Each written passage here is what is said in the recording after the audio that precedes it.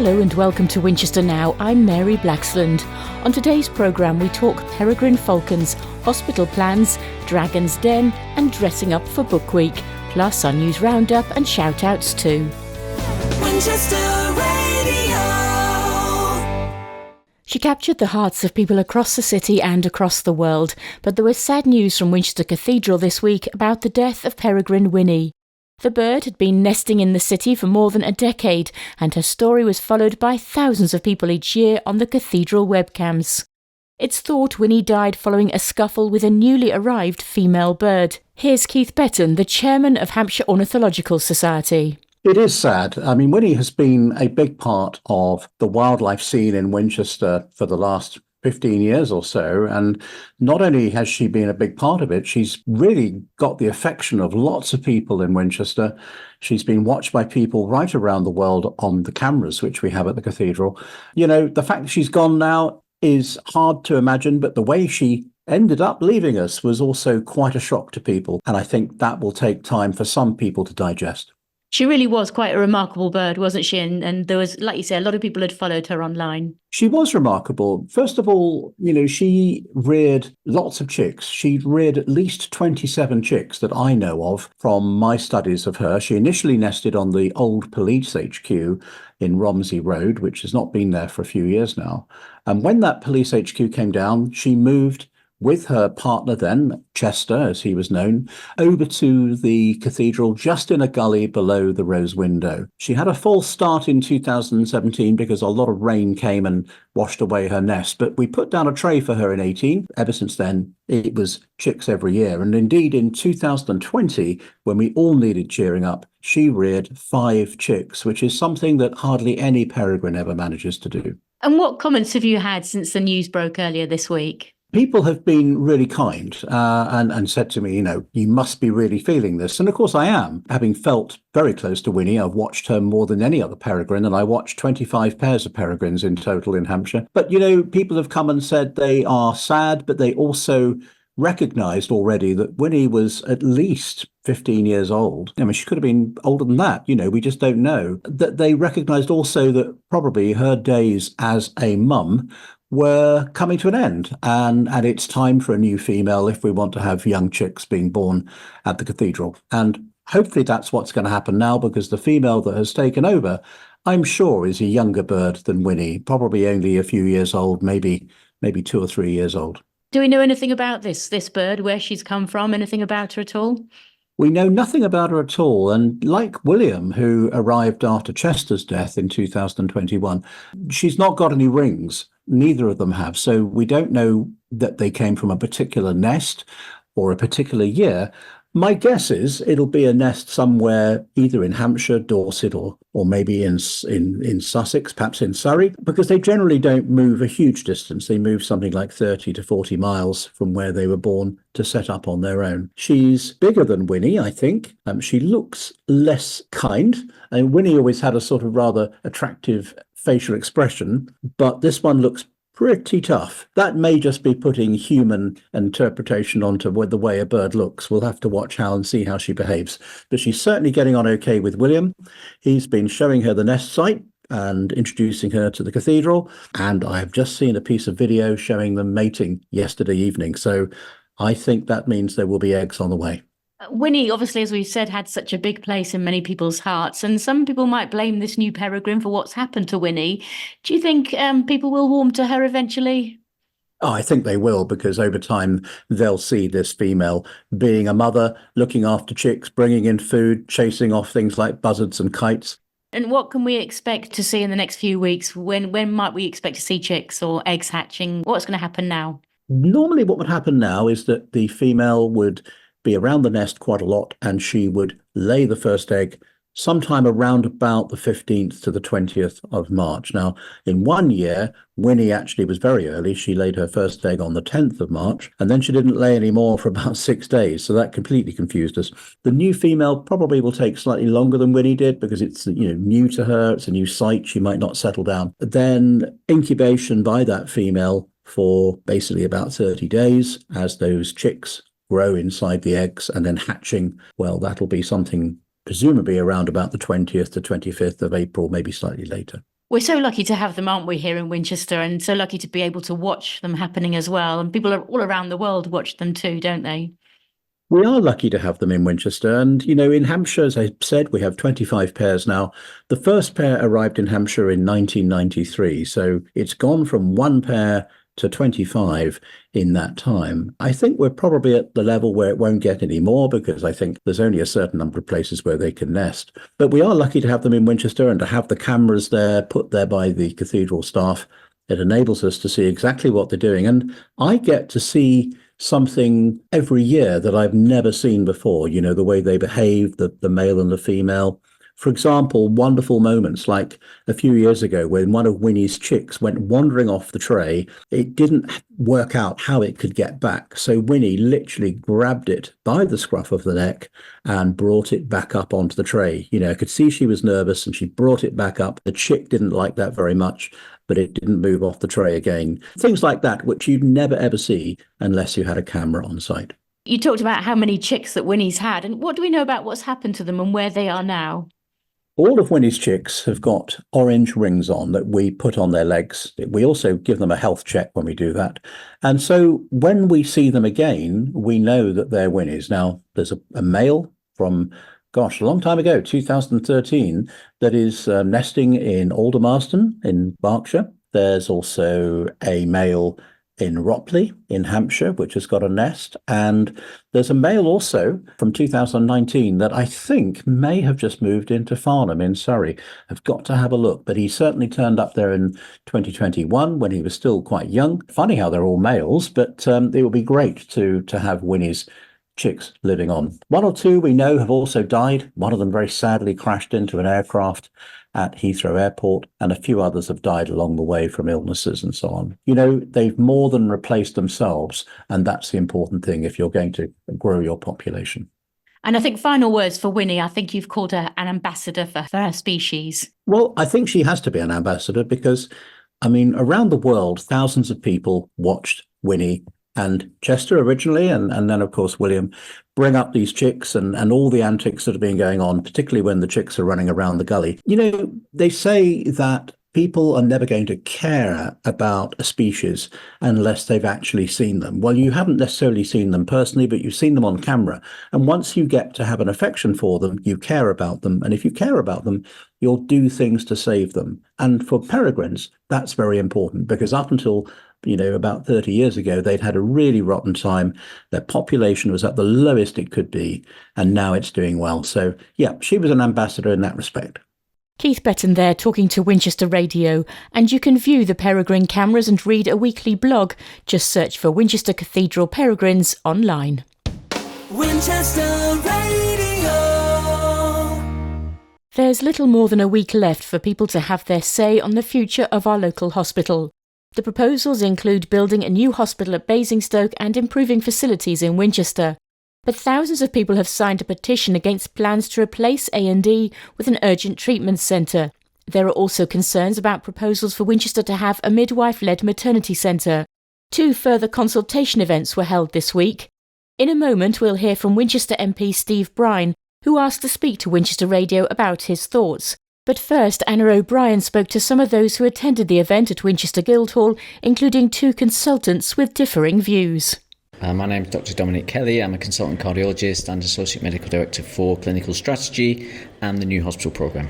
I've been involved with this project now for 4 years. The reason why I became involved is that I feel very passionate about patient care. I've been in the NHS now for 30 years. I come from a long line of doctors and nurses working within the NHS, so I wanted to be involved with this to make absolute certain that the outcome was excellent patient care. I live in the Winchester area. My children are at school and often require trips to hospital.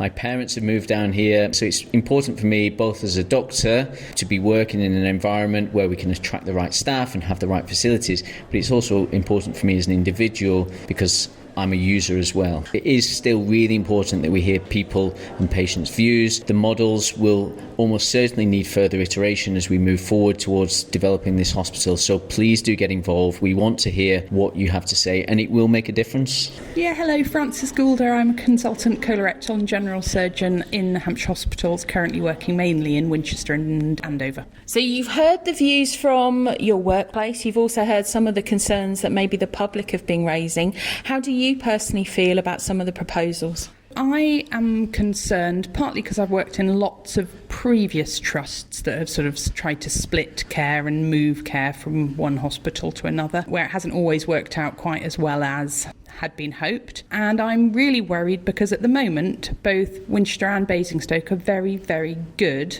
acute hospitals. I'm concerned by the current proposals, which look like there's going to be a sort of a Basingstoke-sized hospital, acute hospital, and a sort of a Winchester-sized hospital, but without most of the current services that we have in Winchester. So I am worried that there'll be a lot of patients on the Winchester site, but not a lot of facilities and not that many staff, because most of the staff will need to be up at Basingstoke. I don't know how we're going to predict which patients are well enough to be in a hospital with minimal facilities if they get ill, and how we're going to protect the patients that get ill in Winchester and zoom them up the road to Basingstoke. I'm Helen Hammond. I'm a local medical negligence solicitor, and I represent families in medical negligence claims, primarily maternity care. So I've got an interest in what's happening to maternity services. And what did you learn from today's listening event here at the Guildhall? I think there's still more information to come out about the impact of midwifery-led standalone units. So there was a bit more information given, but I still don't think we've fully answered the questions of the safety surrounding that and the transfer times, particularly with discussions about ambulances and the potential 90-minute window. If you've got a mum who's in labour and you've got a baby who's lacking oxygen, 36% of first-time mums will need to be transferred over, then obviously that's a lot of mums who could potentially need to go when time is of the essence. So I think it's just something that I flagged today, and I hope that they pay attention to and think a bit more about. Hello, my name's Irene. I think it's great we're looking at improving the healthcare and getting new premises, but I am concerned the immediacy of issues that we have at the moment are not being dealt with. I think we need to sort out that we have enough staff, we have enough people trained to do these roles, that they feel supported, and that the community feels safe and that they have access to a GP, and that we are not dealing with a reactive medicine but actually a preventative medicine. So we've just heard from two consultants, one supporting this proposal, one very worried about the future. What should local people think? You can understand why they're concerned. Oh, I can understand it, and I'm concerned too. There are three truisms at the start of this. One is that organising modern acute hospital services is fiendishly complicated. Second point is MPs, politicians do not design health services, and everything that we're going to discuss over the next few minutes doesn't fit onto an A5 flyer.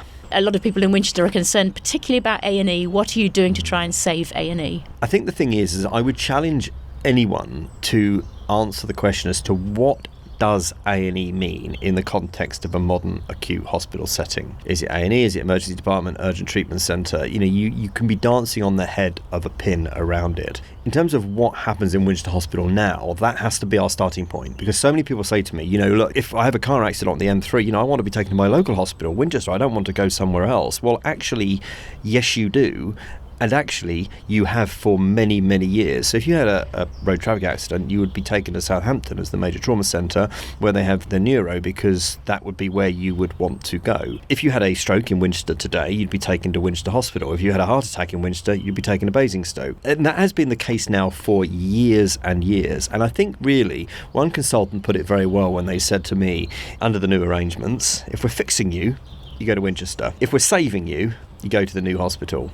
Put another way, if you're walk-in or if you're carried in, that's the difference, because the truth is the ambulance service will make the triage decision as to where is the best place for you to go. So we have to start from the basis of what does A&E, if you call it that, look like in Winchester right now, and what will it look like in the future. So I've heard all sorts of scare stories about, it'll just be a minor injuries unit, it'll be staffed by GPs. No, it'll be staffed by middle grade doctors, not consultants, which is exactly what it looks like every evening and all weekends right now. We've always got to understand what it looks like now, and then we've got to understand what it goes to in the future. I think if people are concerned about the proposals, as I'm concerned about some of the proposals, you've got to respond to the consultation. And I know that it's complicated and it's wordy, but it is the route by which we can express our view right now. Are you confident, though, if people do respond to this consultation, they will get listened to? I'm confident that they're listening,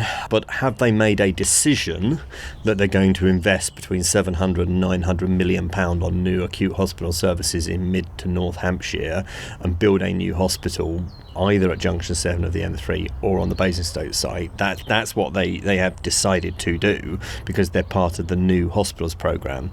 The thing is that everybody's got very exercised about A&E, and for the reasons I've just explained, actually A&E is changing, it's not closing. What people should be far more concerned about, and this hasn't had the headlines, is the changes to consultant-led maternity services. So what's going to happen at Winchester is, instead of there being consultant-led obstetric services, it'll be a midwife-led unit only. There's nothing wrong with midwife-led units. If you have an issue with midwife-led birthing, you would ban home births, because they are midwife-led units, and when they go wrong, you get transferred into acute unit. But if you start birthing in Winchester Hospital under these new arrangements, should they go ahead, and you need a consultant-led delivery, you would be transferred to the new hospital as opposed to down the corridor at the moment. Now, second truism is that MPs, politicians, don't design health services.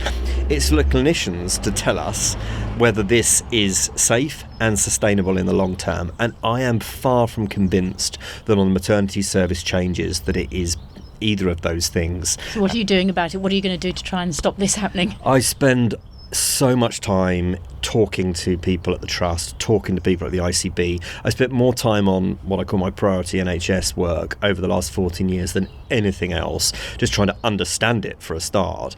You know, what I wanted to talk to you about, and why I just implore people to respond to this, is because I get it. Save Our A&E fits on an A5 leaflet. But actually, it's doing Winchester a great disservice, because it's missing the key point here as to what is being taken away, not changed, which is obstetric-led maternity services. Sometimes birth goes wrong. Often there is time to transfer. But when it goes really wrong, it can go really wrong really quickly. So a crash C-section. That's when you need to be transferred. And that sort of takes me on to the point about transport, I suppose, is that, you know, when we're talking about transferring people between Winchester Hospital and the new hospital, we've got to have an ambulance service that we can rely on and that we can trust. And right now, I have serious concerns about that too. This is the formal process for consultation. It ends on the 17th of March. After that, then there'll be a lot more discussion, and I will be imposing myself on that, as I have for the last 14 years, to try and bring the voice of Winchester to it. And so your message to people, get out there, get heard, make your comments, make your suggestions.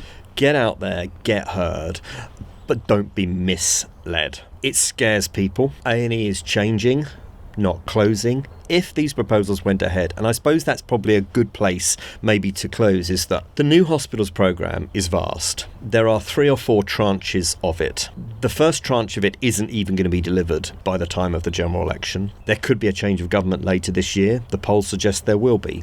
But it's no means certain the new hospitals programme will survive under a Labour government, if that's what happens. And obviously I hope it doesn't. In which case, you know, we could be getting ourselves really wound up over nothing here. But better to be safe than sorry. Always better to be informed rather than misled. And let's actually worry about the thing that really is being taken away, which is maternity services, not A&E.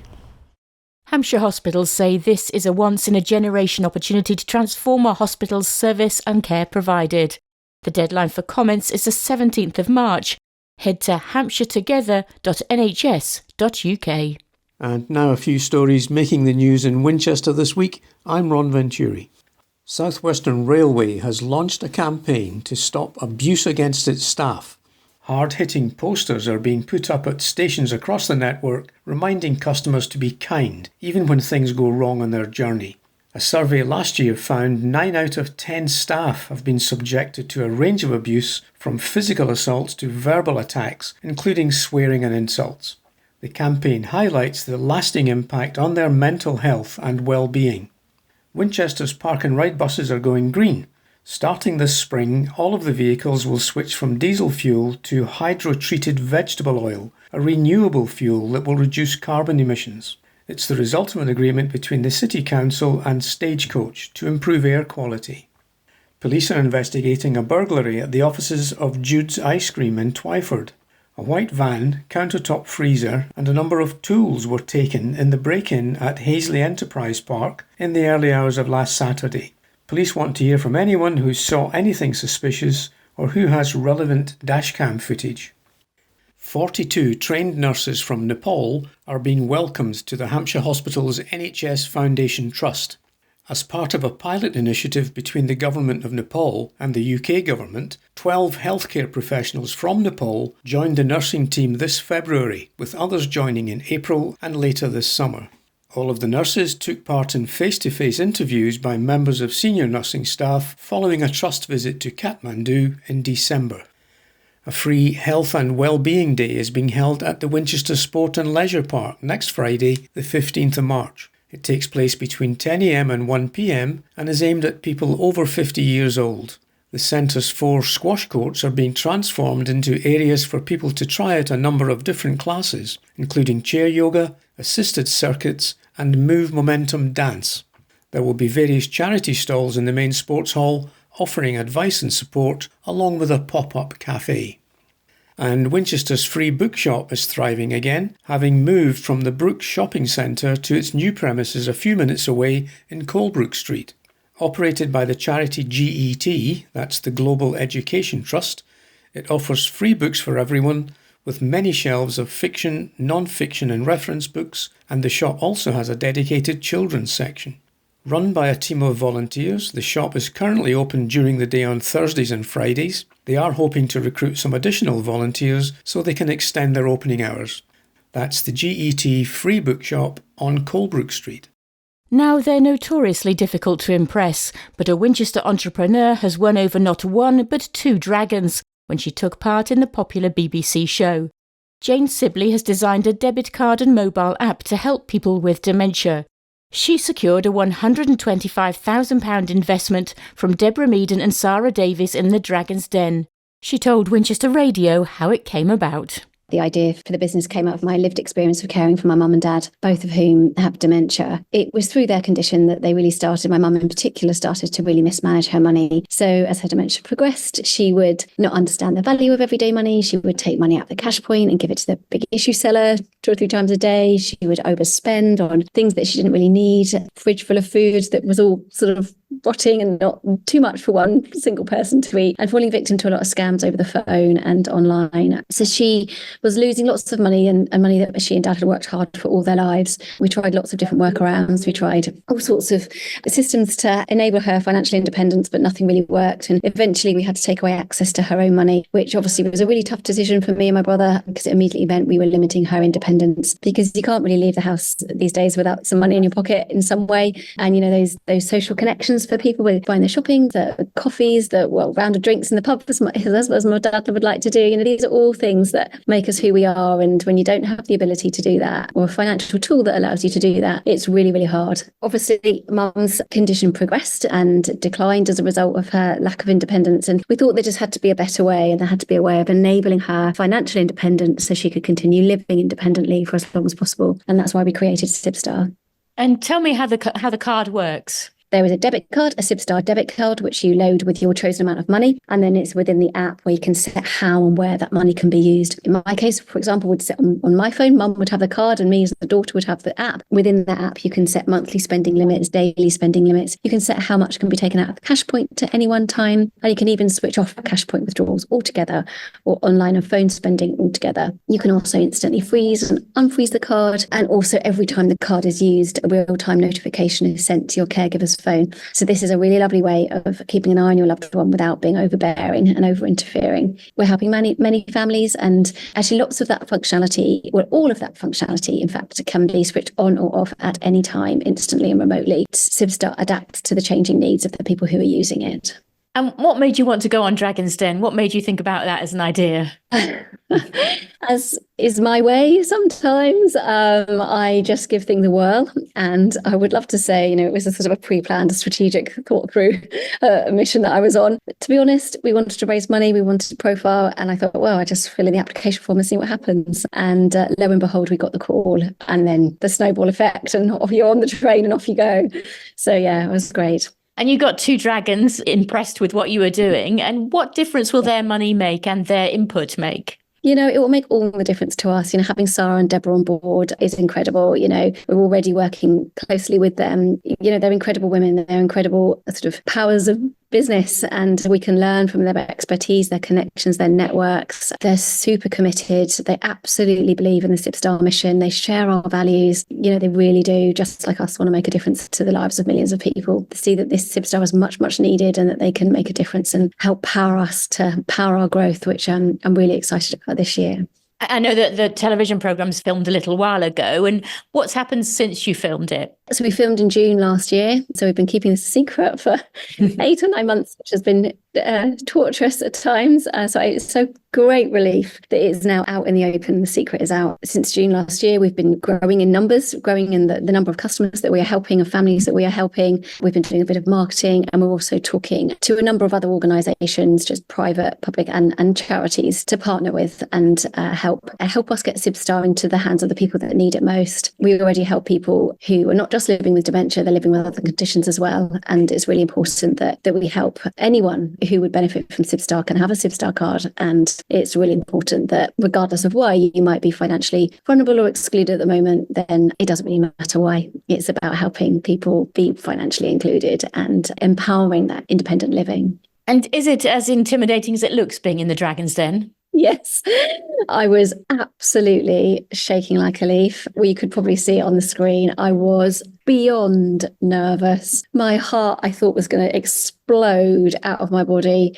My fingers were shaking. You were right on the line. I was also telling my personal story. For me, it was something that is really important to me and sits very close to my heart because of my experience with mum and dad. So yeah, it was nerve-wracking. But they were all lovely, actually. They were all actually kind. And then when we took the deal, all of them stood up and they all clapped and said, "I'm so pleased." And they all gave us like a hug and shook our hands. And I think that all 5 of them were genuinely delighted that we got investment. Oh, that's lovely. You must be so proud of what you've achieved and the difference that you're making to people. Yeah, I am. I think you start off on these journeys and you don't quite know what's ahead. I don't come from a banking or payments background at all. I've never done anything like this in my life. It was purely out of my experience with mum that this idea came about. So I had a very naive, I knew nothing. I literally Googled, how do you set up a debit card? So yeah, we've come a long way, and I've been very fortunate to be partnered with the Alzheimer's Society and MasterCard. I've got an incredible team now. We're super lucky. The SIPSTAR team is small, but yeah, super talented. I'm really proud of them. Hello again, Paul Blitz here. Guess what? It's time for the shout-outs. A gymnastics coach from the Winchester Sport and Leisure Park has been selected to represent Great Britain at the 2024 Trampoline European Championships. Congratulations to Saskia Savini. When she's not at university, Saskia is at the Sports Centre, passing on her knowledge and helping other young gymnasts develop their skills. The competition takes place in Portugal in April this year. Good luck to you, Saskia. A huge book library has been set up in the neonatal unit at the Royal Hampshire County Hospital, thanks to the efforts and donations of parents Matt Taylor and Claire Andrews following the birth of their baby daughter Poppy.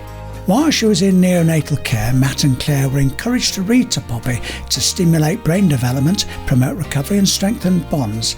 And as a thank you, the pair have created Poppy's Library inside the unit. It's a collection of around 100 children's stories for families to use. Parents are encouraged to record their baby's name inside the cover to provide support and encouragement to others. Well done to all of those involved. Now, last week we told you about the volunteers who helped clear the garden at Unit 12. Well, last week even more volunteers grabbed paintbrushes and buckets to renovate and repair the building too. It included members of groups that used the space, including the Winnow Rock School and Street Reach, who gave out their free time to lend a hand. And a shout out now to volunteers who braved torrential rain to plant trees at St Peter's Primary School. 6 members of the local Rotary Club also joined the team. They were invited by the head teacher to help pupils prepare the holes and plant 16 disease-resistant elm trees provided by the Hampshire Forest Partnership. Within an hour, all of the holes were dug, the 2-metre saplings were protected, planted and staked into the ground. Great team effort, much enjoyed by all. Got some great shout-outs there this week. We'll have more for you next week here on Winchester Now. Winchester Radio. Now, some dressed as Harry Potter, others as Paddington or Cat in the Hat. It was World Book Day this week, marked with special costume days at many local schools and nurseries. Anna O'Brien joined pupils at St Peter's Catholic Primary School, where the day was marked in a slightly different way, and spoke firstly to head teacher Louise Buxton. Now, Louise, tell us about World Book Day, because you're celebrating it here, marking it with a number of activities throughout the day, and a little bit about the concept you've got for this year. Every year we like to do something a little bit different, and this year we thought we'd look at the book called The Colour Monster, and it's a book that focuses on the feelings that we can all have. So if you think of the film Inside Out, it's the book version of that in many ways. At school, at St Peter's, we use the language of colour to help children identify their feelings and to find the emotional literacy that they need to identify that they might be feeling sad, calm, let's hope it is calm, or happy, fizzy or angry. And we'd rather they develop that literacy, use their words, than use their behaviours to identify those feelings. And there's a fantastic array of colourful outfits on display today, including yourself. You're changing between green and pink. Tell us about that. So I bought a pink coat last week for myself anyway, and when it arrived I thought, oh my word, where am I going to wear that? Obviously at school. That represents love, and I've now gone into green that represents calm, because that's what I'm hoping today will be. But actually, while watching the children outside now running around in all their lovely colours, we'll have to just keep our fingers crossed for that calm. Your name is? Mia. And Mia, tell us about this beautiful bright outfit you've got on today for World Book Day. It's my favourite colour. And you're wearing yellow. Describe for our listeners why you've chosen yellow, such a cheery colour. Because I like it and it makes me happy. Wonderful. And we've got loads of lovely colours going on in your outfit. Tell us your name. Elodie. And tell us about your outfit. Describe it for people on the radio, because they can't see you, but you've got a lovely designed outfit. Share it with us.